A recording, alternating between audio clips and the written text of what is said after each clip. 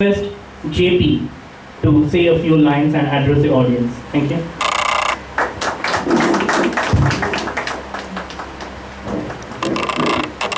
Thank you, Naveen and Rekha, friends. I will be very brief. I am truly delighted because it's easy to talk about this country. It's easy to exhibit a lot of passion.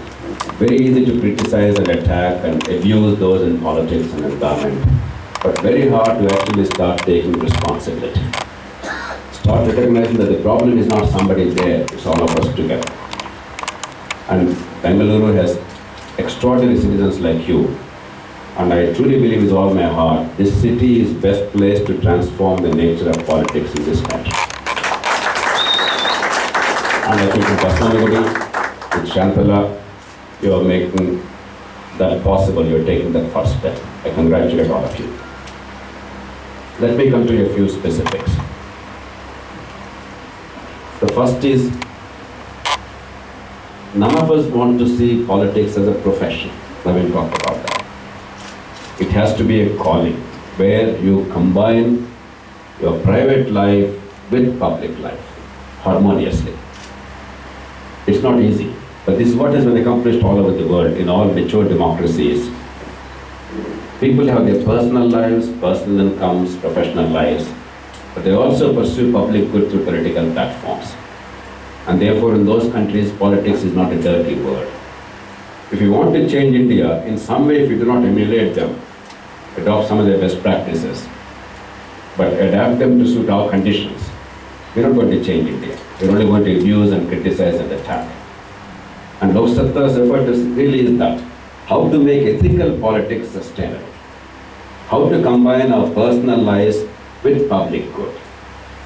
Not one at the cost of the other, but somehow making the difficult art of reconciling both very well. 3 days ago, I was with the President. Actually, I think only 2 days ago. I think it was the day before yesterday. I'm traveling so much now, I'm a little confused where I am and what I'm doing. So the first question that Mr. Basavanagudi asked me is, Mr. Jayaprakash, there are so many people who go to the, what is the big center in Bengaluru where all educations take place? Freedom Park. Or your India Gate or Jantar Mantar, whatever. The middle classes who are angry, who are outraged, who want to change the way things are happening, but they don't want to be politically engaged. They want influence, they want power, but they don't want the hard work of political engagement. What is the answer? And he asked me very genuinely because he was deeply concerned. He also told me that Abdul Kalam, when his candidature was talked about, 97% of the SMSs are in favor of Kalam. But none of them was the elector of Abdul Kalam. Because for the president to be elected, the electors are the legislators at the national level or at the state level. So this is symptomatic of our politics. How do we set it right?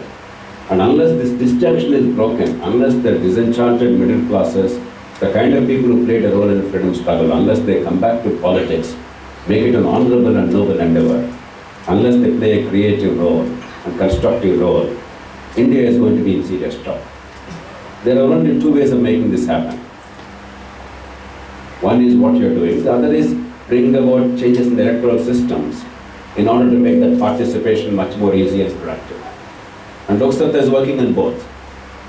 We require people like Shantala, people like Naveen, people like Rekha, people who ordinarily shun politics, run away from political activity, come back to political activity, make it a noble endeavor, make it real, and relate it to people's lives, not some grand issues. Not about clean politics, it's about our life, it's about mosquitoes, it's about garbage, it's about road, it's about water supply, it's about drainage, it's about sewage. It's about getting a house building clearance, it's about getting a water connection, getting a power connection, getting 100 things happen the way they should happen and the way they're not happening right now. So it's really about that. And unless we all get engaged there, things will not change. At the other end, we also have to work on electoral systems to make new politics, ethical politics sustainable. And you take it from me that we're working very hard on the other front, transforming the way electoral system is run. For those of you who are not familiar, Lok Sabha has been instrumental in bringing about the largest number of changes, actual changes in independent India. Voter registration improvement. 15 years ago, voter registration was terrible, particularly in urban areas. Even now, there are some problems, but there is a 90% improvement.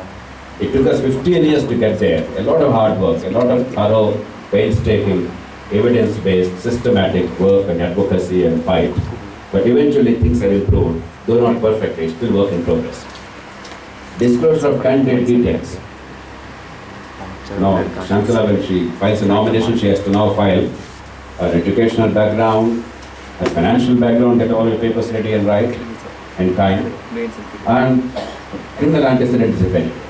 Whether from panchayat to a parliament, today it is mandatory. It happened because in 1998-99 we started this work in Andhra Pradesh, identifying criminals contesting elections. It became a sensation in the state and the country. Eventually, friends from ADR went to the courts, saying, why should some NGO take all the trouble, go through all the risks and then get this?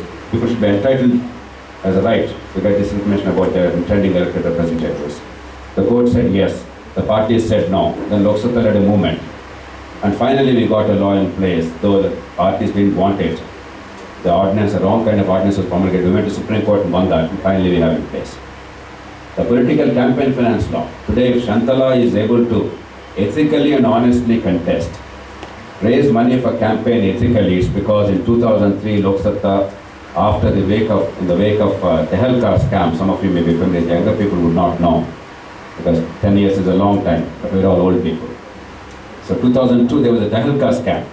I'm sure some of you remember that, where the defense minister was implicated, even coffins were bought at exorbitant prices. The country was outraged at that. We used that as a backdrop and told the political parties, at least let's use this as an opportunity to clean up the act to some extent. At least for honest politics, honest money must be raised. And that's how we got the law, because all parties agreed when we came up with the proposal. Unanimously, the parliament enacted the law. And now, Shantala can raise money honestly. The party will be able to give the receipts with tax exemption certificates, and every contribution made for political campaign will get 100% income tax exemption. It is a gift of Lok Sabha party to the country. At the time there was no Lok Sabha, it was Lok Sabha movement to the country. Now at least ethical politics is possible. Take the right to information law along with Aruna Roy of MKSS. Lok Sabha has been singularly instrumental in getting the law in place. I was in NAC along with Aruna. We drafted together. In fact, I had the veto powers. The NAC said, whatever you say final is final, because you know how to reconcile both the government's interest and the public interest. And we got the law in place. Take the 91st Amendment to the Constitution, making party defection much more difficult. That's why all these 13 members, they have to resign from the assembly in order to join Yadurappa. Otherwise, earlier they simply used to switch loyalties, get 1/3 of the members. Take the size of the council of ministers. Earlier, Jagdish Shettar or somebody would simply have taken many more ministers to retain them in the cabinet, to retain them in the party. There were jumbo jet ministries. Now, it's limited to 15% of the lower house. Both these happened through 91st Amendment to the Constitution, in which Lok Sabha played a significant role. Take the local courts law. Take the 97th Amendment to the Constitution about cooperative autonomy. I can go on and on. A lot of things have happened and are happening. But ultimately, without transforming the nature of politics, without getting the best and the brightest as candidates, as stars, without the middle class, educated, young citizens and middle class families coming forward, playing a creative and constructive role on a day-to-day basis, we will not be able to change anything. And that's what you're doing. My appeal is only threefold. One, please sell the symbol from now onwards. In every single piece of communication, including a pamphlet, or a poster, or when you talk, the symbol WHISTLE must be known. Don't worry about the star or the things. It must be WHISTLE, WHISTLE, and WHISTLE all the way. I'm glad there is no star, but I'm not happy that there is no WHISTLE. We will get the WHISTLE anyway, don't worry about that. That's our symbol. So, symbol must be printed. In India, unfortunately, the people are voting for the symbol. As a great son of Bengaluru, L.C. Jain, he passed away some years ago, a great friend of mine, as he used to say, the moment we made the symbol essential for ballot paper, we made our democracy symbolic. It is a fact. But right now, that's the situation. And therefore, unless the person who is intending to vote knows that whistle is the symbol of Lok Satta, must vote for Lok Satta, all our efforts will be of no use. Ultimately, it's about that little fellow, as Churchill said, going to the little ballot box, taking the little ballot paper, those of this a ballot paper, taking the little pencil, making the little mark. That is the essence of democracy ultimately. And all our work, if it does not lead to somebody voting for your symbol, is all futile. Therefore, please imprint on people's minds, your own mind, the symbol from day one. 2, build the star. People are not voting their legislator. People are not voting for some grand ideas, sadly. People are not voting for clean politics. They are not voting for clean government. They are voting for delivery. They are voting for a champion to get things done for them. That's not the way things should be in a democracy, but that's the way they are in India. We must recognize that. If we are serious political workers, we must recognize that people are vexed because they cannot get anything done. Some efforts are now being made like Sakala in Karnataka. We are getting a citizen status law enacted in Delhi, the national level. And those that actually drafted that and gave it to the parliamentary committee, which is now being considered. So some things are happening, but ultimately, to get anything done in a government office is excruciatingly painful. To get garbage cleared, the drain properly maintained, the parks properly maintained, or a street light or whatever, everything is a problem. So when people are voting, what they are hoping is that Shantala will be the person to somehow deliver it. How? We don't care. We don't know. We don't know your problems. Therefore, you must build a candidate to make people realize that in Shantala they have a champion who will actually get things done. You must build the star.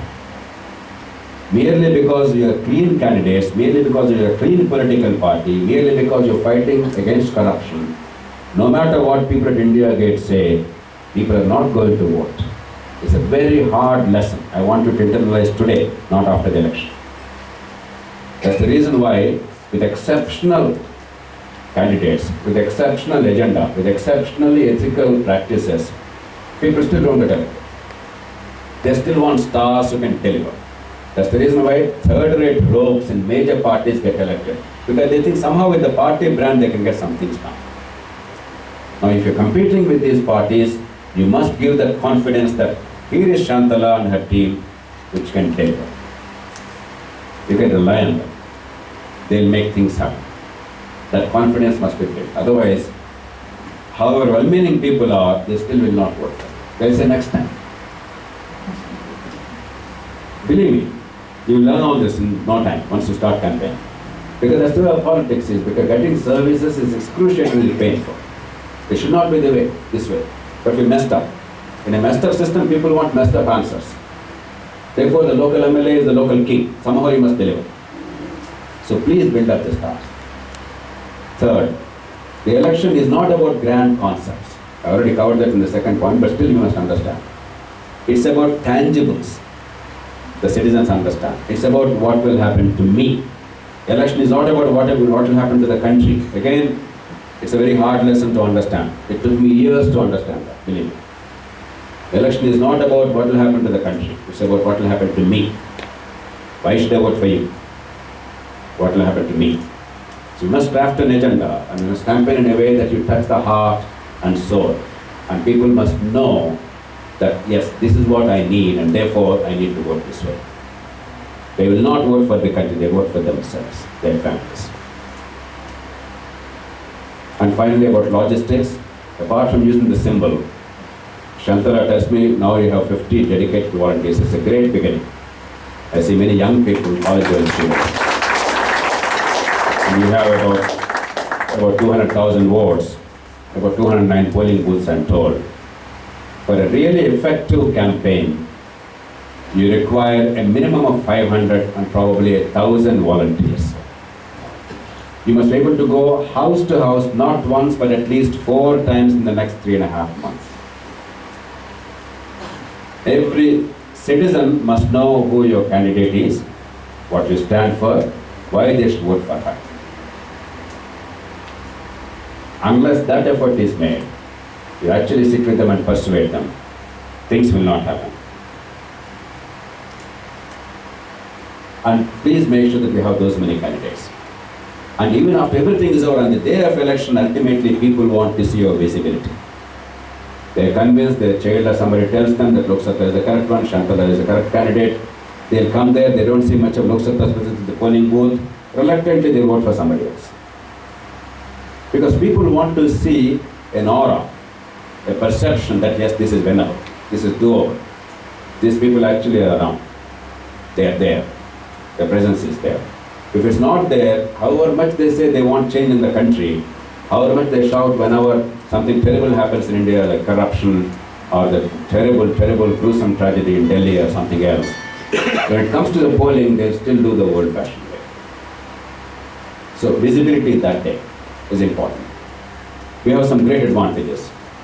Today, in almost all of Bengaluru city, in most of the 27 or so constituencies, we are going to have Lok Sabha candidates. Therefore, it's not going to be an isolated one.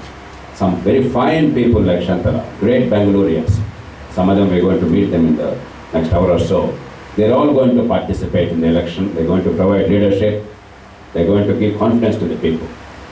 And two, because the campaign is going to be for the whole city, there are economies of scale. You can use electronic media, FM or TV, other things, much more economically and effectively to sell the vision and the brand image. You're not alone. We must pulsate the city with the middle class, the women, the young people in particular, coming forward and owning this and making this the most fashionable thing, the most sensible thing, the most moral thing, the most practical thing to change politics. And we are going to do it together. My appeal is there are going to be some small little problems here and there. There are going to be some difficulties here and there.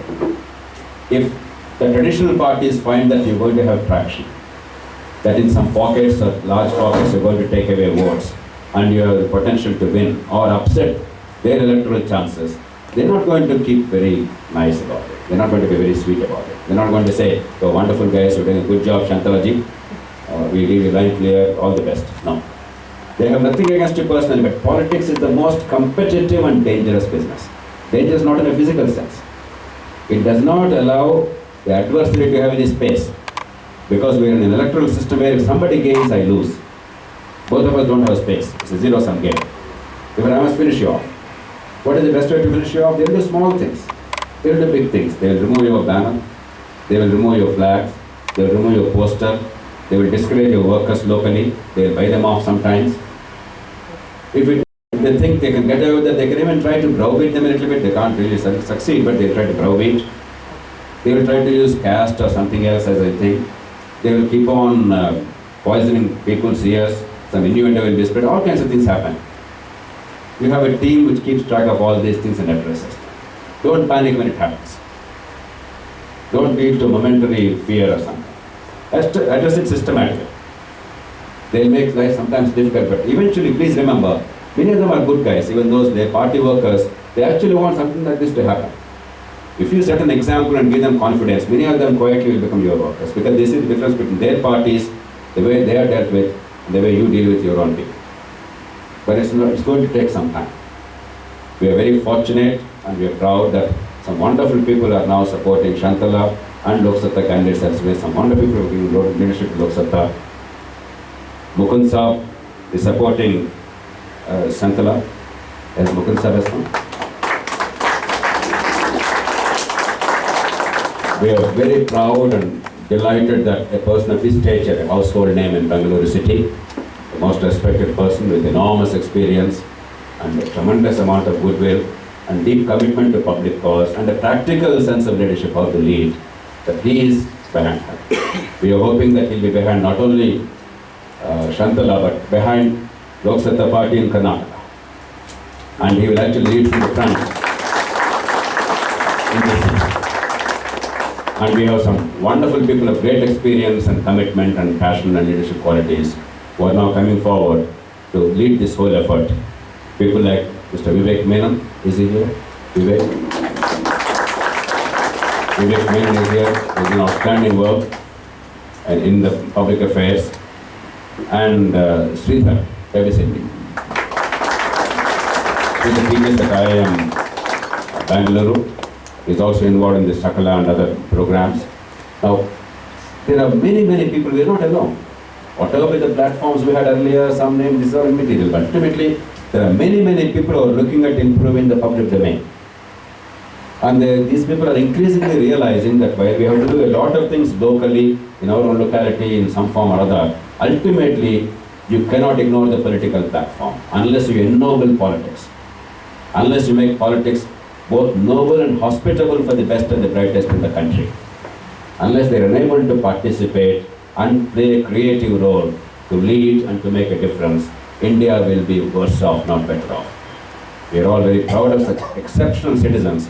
I can guarantee you there is no other city in the country as Bengaluru which can get such exceptional leadership to come forward and to help us in the process. And we will make a difference in this city.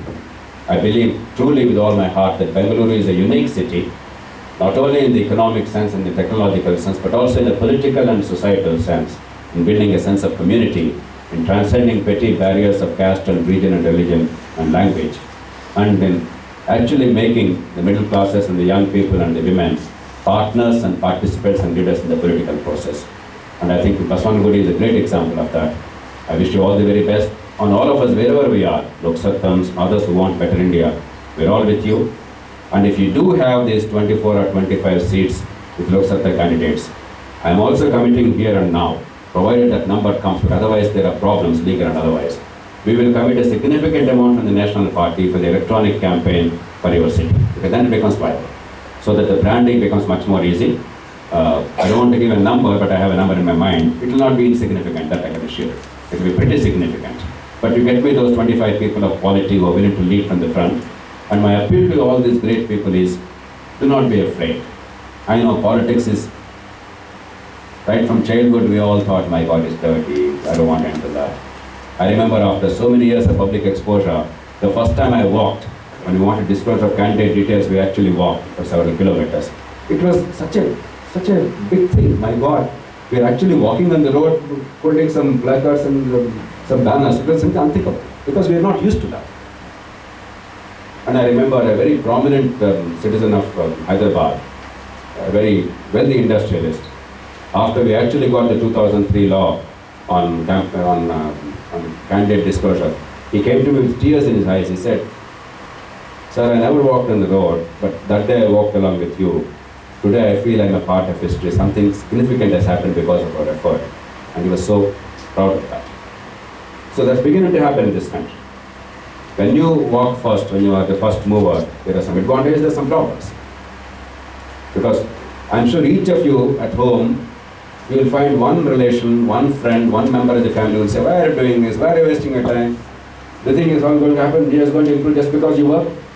How stupid you are." We are going to hear it time and again. But we must suspend this disbelief. We must believe that what is necessary and desirable must happen. And it will happen if you make the effort, the right way, in a sensible way. And I know, because in the past 16 years, we have been fortunate in engineering the largest number of reforms in this country because we did it the right way. Systematically, meticulously, with deep understanding and love, not hatred and anger. And that's what exactly you're all doing. I'm sure you'll do extremely well. You'll make us all proud, you'll inspire us, and the rest of India, at least in cities to start with, urban India. We will start a rejuvenation of our political process. And once it happens, one of the key lessons of this I want to be internalized is, so far the epicenter of politics is in villages. Everybody thinks that it's all villages that matter. Bengaluru city doesn't matter, Mumbai doesn't matter, Hyderabad doesn't matter. We must change that. If the economy is largely in cities, if more and more people are flocking to cities, they're the fastest growing communities, then political gravity, center of gravity also must shift to the cities. Everywhere in the world, the mayor of a big city is a potential prime minister or president. In India, we don't even know who the mayor is. It's inconsequential. It's time that we shifted the gravity to cities. I'm not saying it out of romanticism. I'm a villager. I grew up in a village. I studied in a Telugu medium school. The first time I saw a city was really after I grew up. When I left school, I did not even hear the words cricket or hockey. So I'm not saying because I'm romantic about cities, but this is where center of gravity should be. Cities are the center of civilization throughout history. The cities therefore do not play a very creative role, very definitive role in reshaping politics. I don't know how West India is going to be changed. So let's not be ashamed to say that we are from cities, we want to change India. It is our right. If somebody tells you, no, but what do you know about a village? Ask them to shut up. So this rubbish that things will happen only in the village is nonsense. It will happen there also. But first it will happen in cities. It will happen in urban India. And first in India, among cities, it will happen in Bengaluru city. I have no doubt about it. I wish you all the very best. Good luck and thanks.